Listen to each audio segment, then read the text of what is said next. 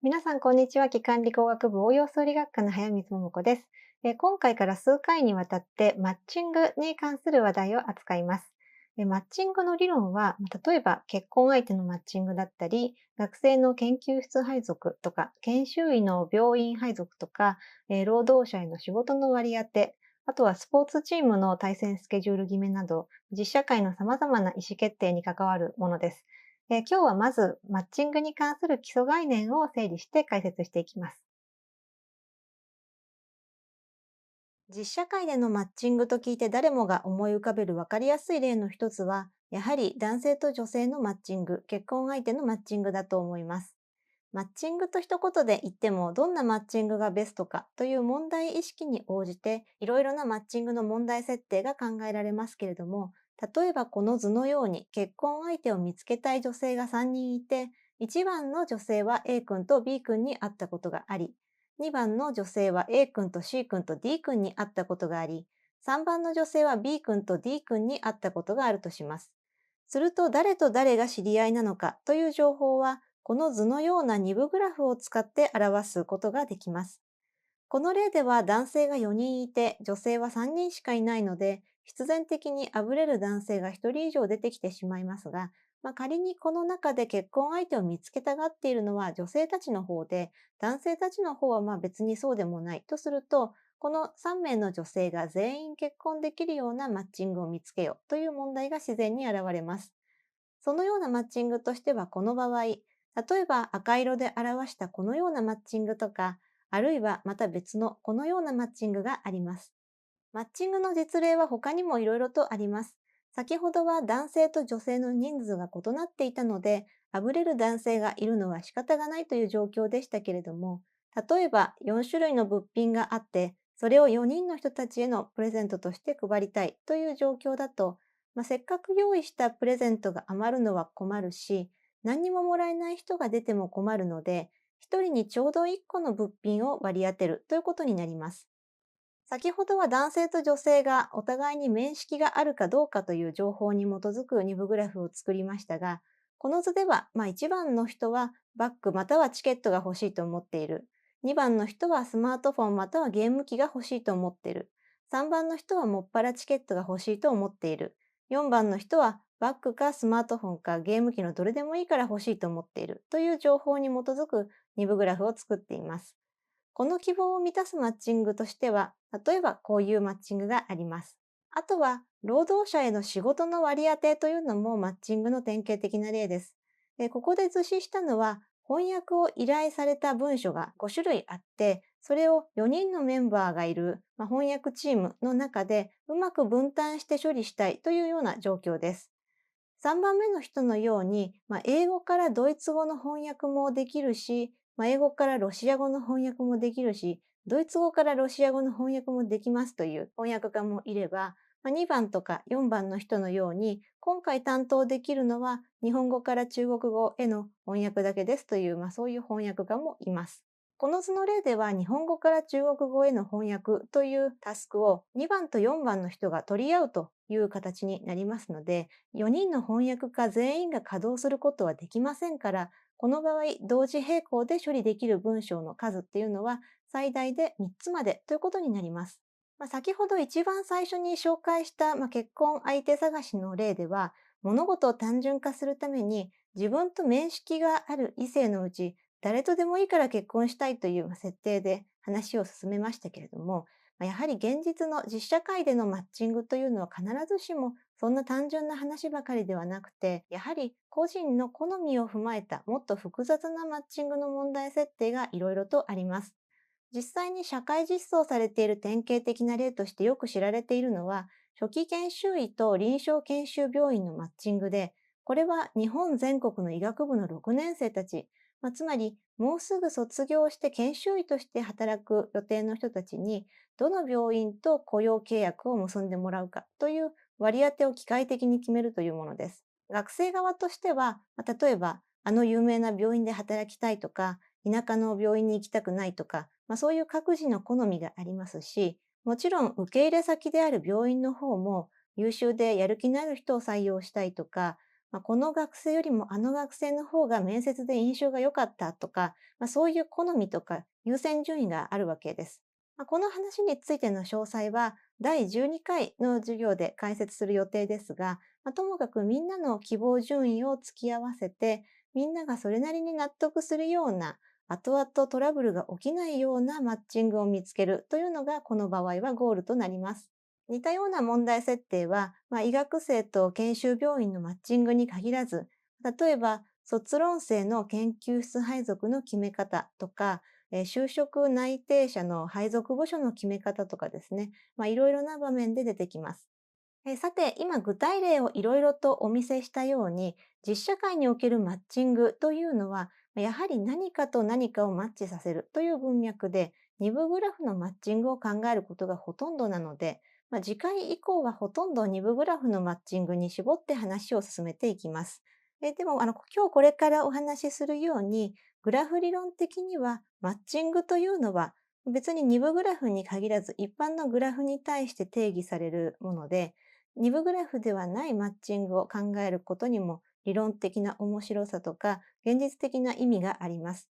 ではまずはマッチングに関する基本的な用語の数学的な定義から始めます。向こうグラフ G の辺の部分集合として M というものが与えられていて、M に含まれるどの2辺も単点を共有していないとき、M はそのグラフ G のマッチングであるというふうに言います。例えばこの図では、グラフ G における2通りの辺の部分集合を赤色で表しました。この2つはいずれもグラフ G のマッチングになっています。一方、この青色で示した一番右の選び方ですと、ご覧のように単点と単点がですね、ぶつかる2本の辺が存在してしまっています。ですから、この青色の辺の集合というのはG のマッチングではありません。この定義を読んでわかる通り、今まではざっくりとした導入ということで、マッチングという言葉をかなりルーズに使ってきましたけれども、数学的にはマッチングっていうのはグラフの中から抽出された互いにぶつからない辺の集合として定義されるということです。ですからこの定義よりたった一本の辺からなる集合というのもマッチングですし、どの頂点もマッチしていない、どの辺も選んでいないというその空集合もグラフのマッチングであるということに注意してください。で、マッチングは集合ですので、これ以降、マッチング M のサイズといったら、その集合の大きさ、すなわちマッチングに含まれる辺の本数を意味します。マッチングのサイズは集合の要素の数を表す、普通の通常と同じ記号で表します。また、マッチング M に含まれる辺に接続している頂点、この図で言うと、その赤色で塗られた頂点ですね。これらは M によって飽和されているというふうに言います。ちょっと口語的になりますが、飽和されている頂点のことを相手が見つかっている頂点という意味で、マッチしている頂点と呼ぶこともあります。マッチングの定義をしましたので、次はマッチングの種類に関する3つの用語を定義します。特に今日重点的に取り扱うのは完全マッチングというものなんですけれども、まずグラフ G のマッチング M が極大マッチングであるとは、マッチング M に含まれていない G のどの辺を追加しても M がマッチングではなくなってしまうようなもののことを言います。例えば、左下の図には2本の辺からなるマッチングというのが描かれていますが、このマッチングは真ん中のこの図のようにですね、単点がぶつからないように辺をもう1本増やしてサイズをまだ増大させることができるので、これはまだ極大マッチングではありません。また、最大マッチングの話はですね、来週やりますけれども、グラフのマッチングの中でサイズが一番大きいもののことを最大マッチングと言います。二部グラフで言うと、労働者とタスクのペアをなるべくたくさん作りたいという文脈で出てきたマッチングですね。で、この中央のグラフには、実はサイズが4以上のマッチングというのはないので、このサイズが3であるこのマッチングは、このグラフの最大マッチングになっています。なぜこれが最大マッチングだとわかるのかというのは第11回の講義で扱うことにします。で一方、今日の主題であるこの完全マッチングというのは、グラフのすべての頂点を飽和するマッチングのことを言います。二部グラフで言うと、プレゼントが余らないように一人一人に1個ずつ漏れなく配布したいという、文脈で出てきたマッチングです。最大マッチングと違って、あるマッチングが完全マッチングかどうかは、一目瞭然で、例えばここでこの中央の図に示したマッチングには、飽和されていない頂点、赤い色が塗られていない頂点というのがあるので、完全マッチングでないとわかりますが、こちらの一番右のマッチングの方は、このマッチングによってどの頂点も飽和されているので完全マッチングであるとわかります。さて、察しのいい方は感づいていると思いますが、これらの3種類のマッチングには方眼関係があります。最大マッチングというのは極大マッチングのうち特殊なもので、さらに完全マッチングというのは最大マッチングのうちの特殊なものです。だから完全マッチングならば最大マッチングである。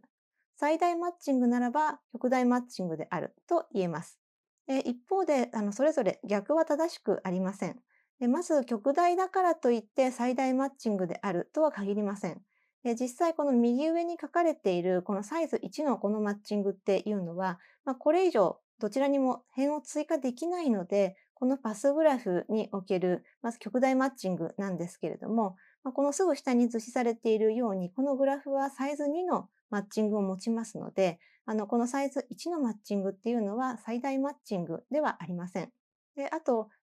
最大だからといって完全マッチングであるとも限りません。そもそも極大マッチングと最大マッチングはどんなグラフでも存在しますが、完全マッチングは常に存在するというわけではありません。実際そもそも頂点の個数が奇数のグラフだったら、どの頂点もあぶれることなくペアを作るっていうのは当然不可能なので、完全マッチングが存在しないというのは明らかです。だとすると、じゃあ完全マッチングが存在するのはどんなグラフなのかという疑問が生じます。これに答えるために、まずは誰もあぶれることなく全員が結婚相手を見つけられるのは、二部グラフがどういう条件を満たすときかを特徴づけるホールの結婚定理という有名な定理を紹介します。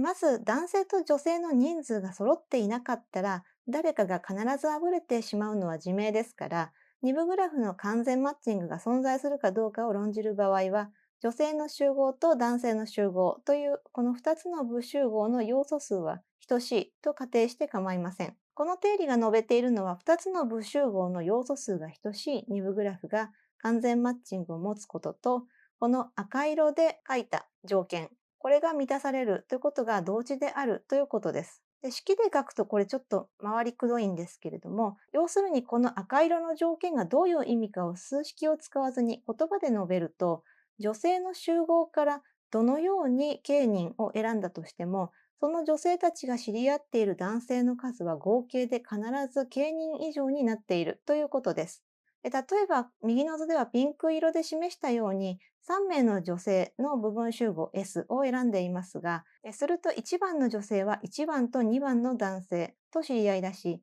2番の女性は3番と4番の男性と知り合いだし、3番の女性は2番の男性と知り合いなので、結局この3名の女性グループは水色で示した4名の男性たちとつながっているグループだということになります。もしも3名の女性グループが2名の男性をめぐって争う形になっていたら、その3名の女性のうち誰か1人は結婚を諦めざるを得ないということが即座にわかりますよね。でも幸いこの場合は3名の女性が4名の男性とつながっているので、まだ全員が無事に結婚できる可能性は否定されていないわけです。これを任意の部分集合 S に対してチェックしていくわけです。例えばこれは2人の女性グループが3人の男性とつながっているからセーフっていう状況で、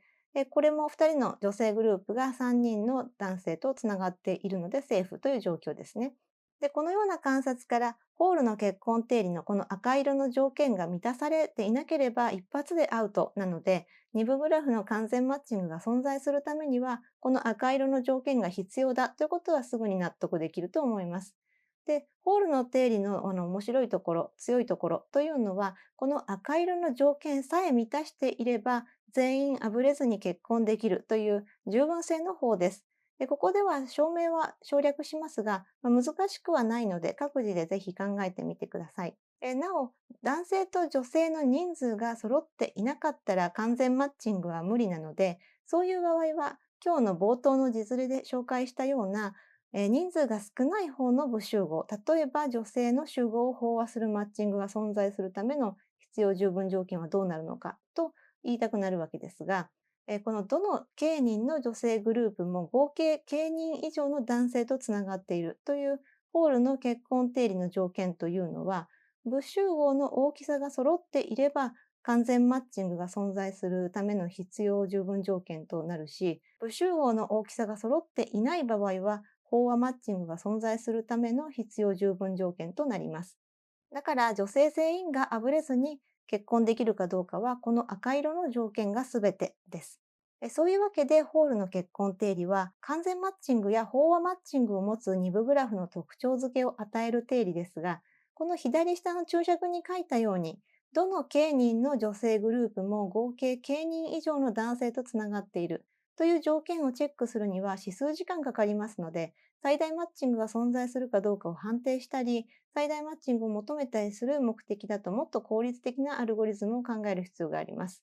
で、最大マッチングの求め方は次回の第11回の授業で解説をします。参考までに紹介しておくと、ホールの結婚定理を二部グラフから一般のグラフに拡張したのがタットの定理というものです。こちらも証明は省略しますが、知っておくと、教科書に出てくる具体例とか、いろんな定理の見通しが良くなると思うので、ステートメントだけ紹介したいと思います。タットの定理が述べているのは、グラフ G が完全マッチングを持つための必要十分条件は、G の任意の頂点部分集合 S に対して G-S は頂点数が奇数の連結成分をたかだか S の要素数個しか持たないということです。例えばこの図のグラフ G は完全マッチングが存在しないグラフの例です。実際、この赤色で示したグラフの真ん中の頂点一つだけからなる集合を S として選ぶと、S の頂点全部を G から除去したグラフ G-S というのは右の図のようになります。この G-S には緑色の点線でそれぞれ囲ったように3つの連結成分がありますが、いずれも頂点数が5個なので G-S は頂点数が奇数の連結成分を3個も持っているということになります。これは S の要素数1を上回っていますから、タットの定理によると、この G は完全マッチングを持たないグラフだとわかります。さて、完全マッチングを考えることに面白みがあるグラフというのは、二部グラフだけではありません。ここでは異数が偶数である完全グラフの完全マッチングについて有用な結果を紹介したいと思います。まず、当たり前の観察ですけれども、異数が偶数の完全グラフには、どう見ても完全マッチングがありますよね。例えば、ご覧のように、K2、K4、K6 には赤色の太線で示したマッチングがあります。この観察をもう一歩進めて、K2、K4、K6 のあり得るマッチングを全部書き出してみると、それぞれ1通り、3通り、5通り、7通りという感じで、計 2n には 2n-1 通りという奇数通りの完全マッチングがあるということが見えてきます。このカラフルに塗り分けられた完全マッチングをですね、よく観察してみると、例えば K4 だったら、この赤色のこのマッチングと、この緑色のマッチング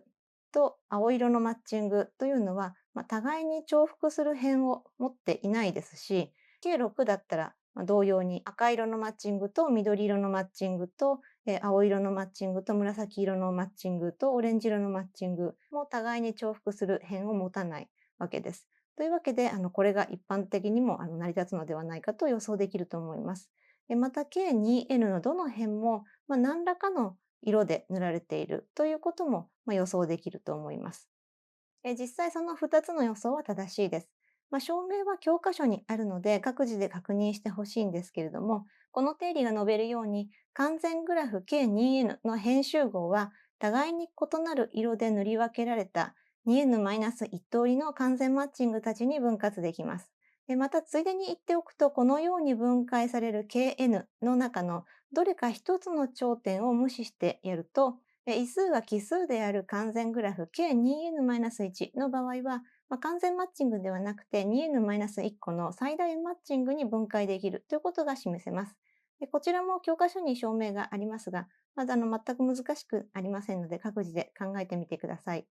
で、K2N の完全マッチングの話をですね、わざわざ持ち出して紹介したのはですね、二部グラフではないグラフのマッチングを考えるということに、どんな応用があるのかというのを述べるためです。第6回の授業で、すべての辺をなるべく重複がないように通過して元の場所に帰ってくるための巡回経路を求めよという郵便配達員問題という問題を紹介して、で、オイラーグラフと準オイラーグラフに対する解法を解説しました。皆さん覚えてるでしょうか？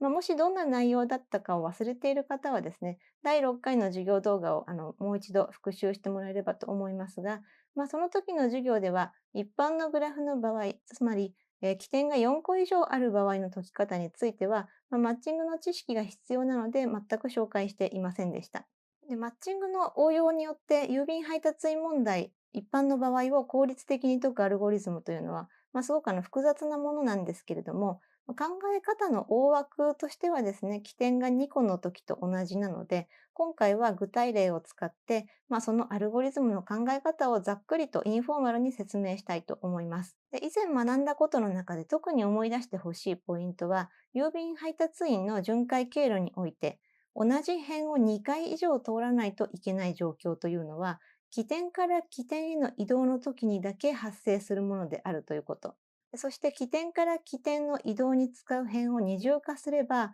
起点が解消されてオイラーグラフに変換できるということです。起点がちょうど2個だったら、その2個の起点をつなぐ最短経路に含まれる各辺を2回通れるように二重化してやればいいんですけれども、起点が4個以上あるとなると、どの起点とどの起点をつなぐ最短経路を使うかというマッチングの問題が現れることになります。握手補題の形である、どんなグラフも起点の個数は偶数であるという非常に重要な結果を思い出すと、グラフ G が何であろうと、起点が5個とか7個とかっていうことはありえなくて、起点は必ず4個とか6個とか、そういう偶数個になります。ここまで言えば先ほどの話との関連が少し見えてくるかと思うので、早速教科書の例題5.5を見てみましょう。起点が4個ある重み付きグラフの郵便配達員平歩道を求めようという例題です。赤色でこう示されているようにですね、このグラフには、B と C と E と F という4つの起点がありますので、オイラーグラフでも準オイラーグラフでもありません。だから例えば B からどこか他の起点に移動しないと出発地点に戻れないとしましても、B と C の最短経路を使うのか、B と E の最短経路を使うのか、B と F の最短経路を使うのか、どうするのかという問題がありますよね。というわけで B、C、E、F という4つの起点のすべてのペアの最短経路と最短経路距離を求めます。全ペアの最短経路問題なので、第5回の授業でやったワーシャル・フロイド法を思い出してください。で、そうすると G の起点の集合 BCEF を頂点集合とする重み付き完全グラフが作れます。で、重みはもちろん各ペアの最短経路距離で、各ペアの最短経路も具体的に求めて記してあります。すると先ほどのどの起点とどの起点をマッチさせれば重みが最小で済むかという問題は具体的に調べることができます。ここでは3通りの組み合わせしかないですから、3通りの完全マッチングの重みの相場を全部調べれば、BF と CE を結ぶという2番目のマッチングが重み4で最小だとわかります。したがって BF の最短経路に含まれる各辺と CE の最短経路に含まれる各辺を2回通過できるように二重化してやれば、起点はすべて解消されて、重みの追加を最小に抑えたオイラーグラフを作ることができます。そしたら、あとはフラーリのアルゴリズムでオイラー回路を求めてやれば、元のグラフにおける郵便配達員平歩道が得られることになります。というわけで今回はマッチングに関する基本的な知識を導入した後、完全マッチングが存在する二部グラフを特徴づけるホールの結婚定理や、それを一般化したタットの定理、そして完全グラフの完全マッチングを利用した一般の郵便配達員問題の解放など、完全マッチングに関する有名な結果のエッセンスを紹介しました。次回はできるだけたくさんのペアを作る最大マッチングを求めるアルゴリズムを解説していきます。